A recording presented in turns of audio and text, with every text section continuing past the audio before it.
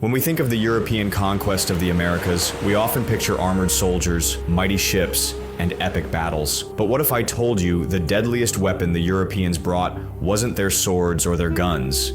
It was something invisible. Diseases like smallpox, measles, and influenza swept through the Americas like a wildfire, decimating indigenous populations on a scale never seen before. Entire nations were wiped out without a single battle being fought. But how did this happen? And why were the native peoples so vulnerable? Stay tuned as we uncover the hidden story of how disease reshaped the destiny of America. When Christopher Columbus and other European explorers arrived in the New World in the late 15th and early 16th centuries, they weren't just carrying cargo and ambition, they were also carrying deadly microbes. Diseases that had long existed in Europe, Asia, and Africa hitched a ride on their ships, and the indigenous peoples of the Americas had no immunity to these foreign invaders.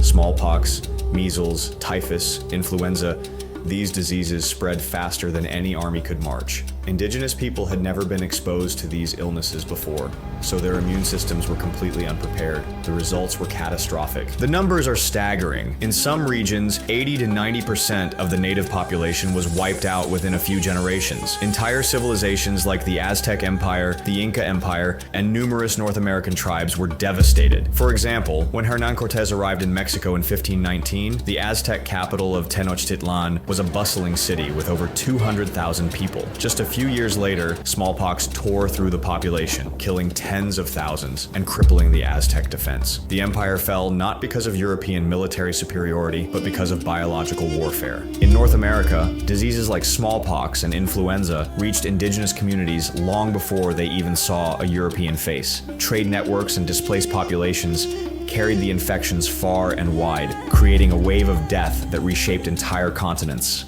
You might be wondering, why were the native populations so susceptible to these diseases while Europeans had built up immunity? The answer lies in thousands of years of exposure and adaptation. Europeans, Asians, and Africans had lived alongside domesticated animals like cows, pigs, and chickens for millennia. Many of the deadliest diseases like smallpox and influenza originally jumped from animals to humans. Over time, survivors passed on their immunity to their descendants. In contrast, the indigenous peoples of the Americas had few domesticated animals and little exposure to these kinds of zoonotic diseases. When these new pathogens arrived, their bodies had no defense mechanisms, and the results were disastrous. The impact of these epidemics wasn't just physical, it was psychological and cultural. Imagine entire villages disappearing overnight. Elders, who held the knowledge and traditions of their people, were often the first to die. The survivors were left traumatized and weakened, their social structures shattered. Many indigenous communities believed these plagues were divine punishment or a sign of the end of their world. In the face of such devastation, some even abandoned their gods and converted to Christianity,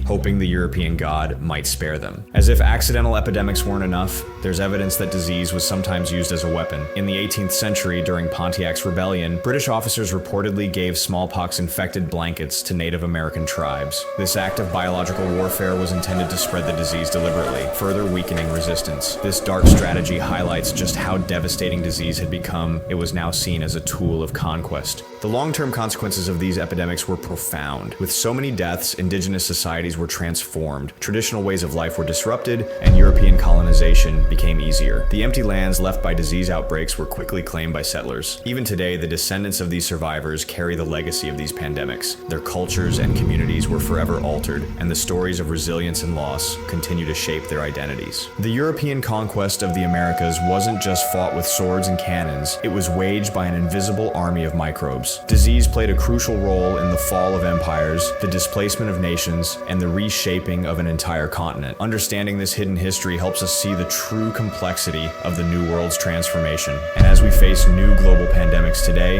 it reminds us of the power of disease to change the course of history. If you found this story eye-opening, don't forget to like, subscribe, and hit the notification bell for more undercover history updates. Until next time, stay curious and question everything.